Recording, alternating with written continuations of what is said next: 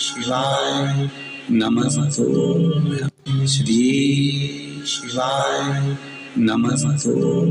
लड़का लड़की का संबंध करने के लिए जा रहे हो और संबंध नहीं हो रहा, तो पहली बार आपको लड़का अच्छा लग रहा है कि इस लड़के से संबंध होना चाहिए या ये लड़की अच्छी लग रही है इससे संबंध होना चाहिए, तो बेलपत्री चढ़ाने से पहले एक काली मिर्ची शंकर भगवान के शिवलिंग पे समर्पित करके फिर ये बेलपत्री की जो डंडी है जहां आप बैठे हो उससे ठीक विपरीत की डंडी होना चाहिए और शंकर को समर्पित कर दीजिए, संबंध पक्का हो जाएगा। जिससे चाहो आप उससे संबंध कर सकते। जिस लड़का और लड़की का विवाह नहीं हो रहा, बहुत हताश हो गए, विवाह संबंध जमी नहीं रहा, किसी भी बुधवार के दिन तांबे के कलश में चने की दाल को भर लीजिए, किसी भी बुधवार, और तांबे के कलश में चने की दाल को भर लो, उसमें 2 गोल सुपारी रख लो, पूजन वाली सुपारी रखकर 2 सिक्के उसमें रख लो, पीले कपड़े से मुख बांध दो, उसका पूजन करो बुधवार के दिन भी, और गुरुवार के दिन उसका पूजन स्नान करने के बाद करना, पर घर में किसी से बात मत करना, मुख से शब्द मत, मुख झूठा मत करना।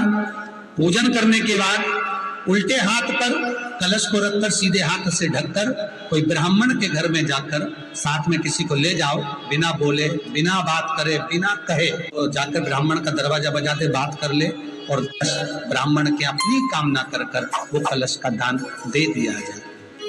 महाराज ज्यादा से ज्यादा 4 महीना 3 महीने के अंदर विवाह संबंध पक्का हो। तिलक का जो व्याख्यान वर्णन किया गया उसमें दुर्वा को जलाकर राख कर कर भस्म बनाकर उसमें गाय का घी, देसी गाय का घी मिलाकर और उसका बिंदी, उसका तिलक मस्तक पर लगाकर या नैनों में सुरमा लगाकर जो व्यक्ति जिस किसी से मिले वो उसका हो जाए।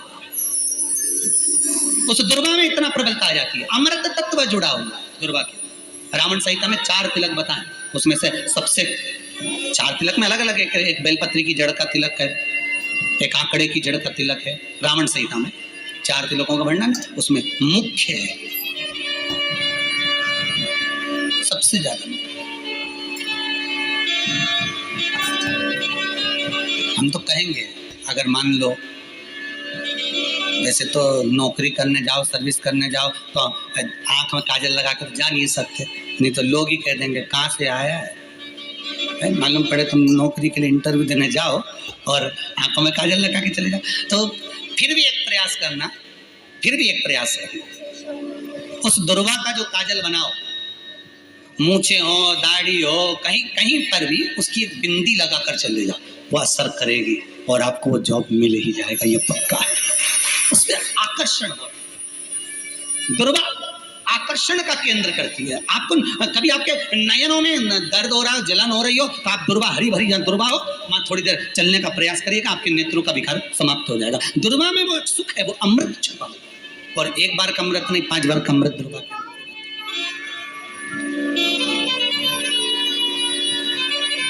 कौन से देवता हैं जिनके ऊपर दुर्वा का जल दूध में मिला हुआ छीटा जाए? श्वेत गाय के। देखो दूध का प्रमाण बार बार दुर्वा के साथ आया, उसका कारण क्या है? क्या कारण हो सकता है उसका एक कारण है, समुद्र मंथन के समय पर सबसे पहले कुछ निकला था, तो समुद्र मंथन में सबसे पहले निकली थी गौ माता, निकली थी। क्या निकली थी? गाय। सबसे पहले निकली थी गाय। और कितनी गाय निकली थी? 5। पहली नंदा, दूसरी सुभद्रा, तीसरी सुरभि, चौथी सुशीला, 5वीं बहुला।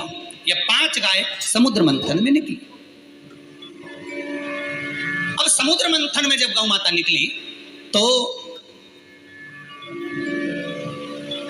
सारे 33 कोटि देवता मंथन में जो लगे हुए थे, उन मंथन को करते करते देवता थक चुके थे, सारे देवता थक चुके थे।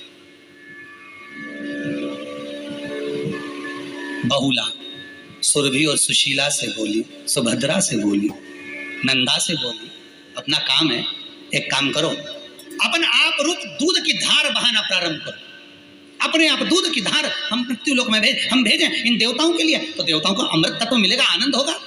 और गौ माता ने ऊपर खड़े होकर जो दूध बहाना प्रारंभ करा, वो देवताओं के मुख में आधा तो गया और आधा दूध समुद्र पर जब गिरा, और जो मंथन चल रहा था उस मंथन के चलते, कभी दूध का दही का मंथन करना तो क्या निकल कर आएगा? मक्खन आ जाएगा। वो मक्खन तैरता हुआ समुद्र की लहर से दुर्वा पर जा पड़ा। इसलिए आज भी दुर्वा के साथ में गौ माता के दूध का बड़ा प्रमाण, वो भी देसी गाय, जर्सी नहीं, विदेशी नहीं, देसी गाय। और देसी गाय का दूध का बड़ा बड़ा प्रमाण है सर। हम कई बार कथाओं में कहते हैं जैसा खाया अन्न, बोलते जाओ, वैसा हो गया मन, जैसा पिया पानी वैसी हो गई वाणी, और जैसा पिया दूध वैसी बन गई बुद्ध। बुद्धि कैसे बनी है? दूध से बनी। डब्बे का दूध पियोगे तो डब्बे हो जाओगे, थैली का दूध पियोगे तो थैली, बोतल का दूध पियोगे तो बोतल। दूध का बड़ा असर।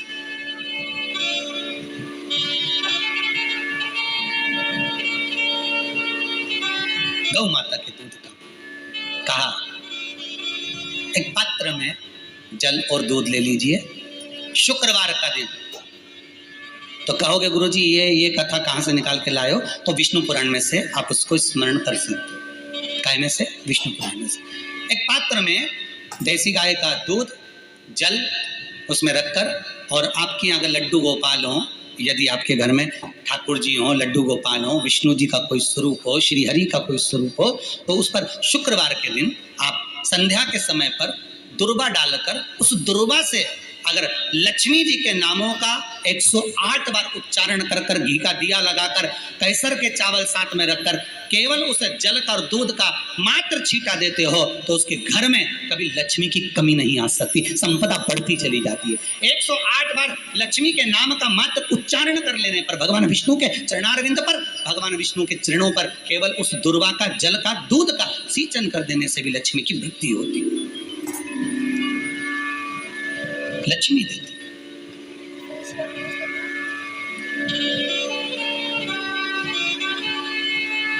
दुर्वा बढ़ती है, और दुर्वा का एक बहुत सुंदर गुण है महाराज, बहुत सुंदर गुण है दुर्वा का।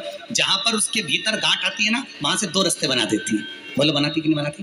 कभी दुर्वा देखी होगी आपने? जहां गांठ आई वहां 2 रास्ते बनाएगी, फिर गांठ आई फिर 2 रास्ते बनाएगी, फिर गांठ आई फिर 2 रास्ते बनाएगी। दुर्वा का क्रम ऐसा है कि हम भगवान को दुर्वा क्यों देते हैं? उसका कारण यह है कि मान लो हे परमात्मा, हे शंभु, हे गणेश, हे प्रभु नारायण, अगर मान लो मेरा एक रास्ता चलते चलते गांठ पड़ जाए, एक रास्ता मेरा बंद हो जाए, तो वहां से मेरे दूसरे रास्ते खोल देना। इसलिए दुर्वा भगवान को समर्पित करी जाती है। दुर्वा को समर्पित करने का क्रम ही यही है कि मेरे मार्ग खुल जाए, मेरी राह खुल जाए, मेरा मार्ग चारों तरफ खुलता चले।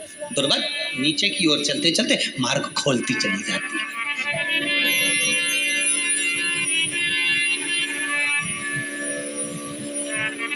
अमृत है ये, इसलिए नष्ट नहीं होती। तोड़ के रख लेना, प्रैक्टिकल करके जरूर देखना, सियोर वाला महाराज कहीं झूठ तो नहीं बोल रहा है। तोड़ कर रखो दुर्वा को, बोरी में भर कर रखो, 4 साल 6 महीने 8 महीने बाद सूख जाए, बेकार हो जाए, उसके बाद भी उसको खेत में, बगीचे में कहीं ले जाकर पटक देना, 8-15 दिन पानी देना, देखो फिर वापस वही हरी की हरी होना, वही कहीं ना कहीं से स्फुटित होते, फिर आगे बढ़ना चालू कर देगी। उसका तत्व है अमृत, वो अमर है, मरती नहीं, फिर चालू हो जाती। शिव कहते हैं यही अमरता है, यही अमरता है कि दुख आया तो मरने की नहीं सोचना, तकलीफ आई, कष्ट आया, रोग आया, बीमारी आई, थोड़ा सा तकलीफ आ गई, थोड़ी बीमारी आ गई, थोड़ा दुख आ गया, तो ये मत सोचना मैं मरना है, नहीं नहीं नहीं, अभी तो और जीना है। तो किस लिए जीना है? कोई कहेगा इसको कहीं आसक्तियां होंगी, घर की, परिवार की, कुटुंब की, कबीले की, इसलिए जीना चाहती है, इसलिए जीना चाहता, नहीं।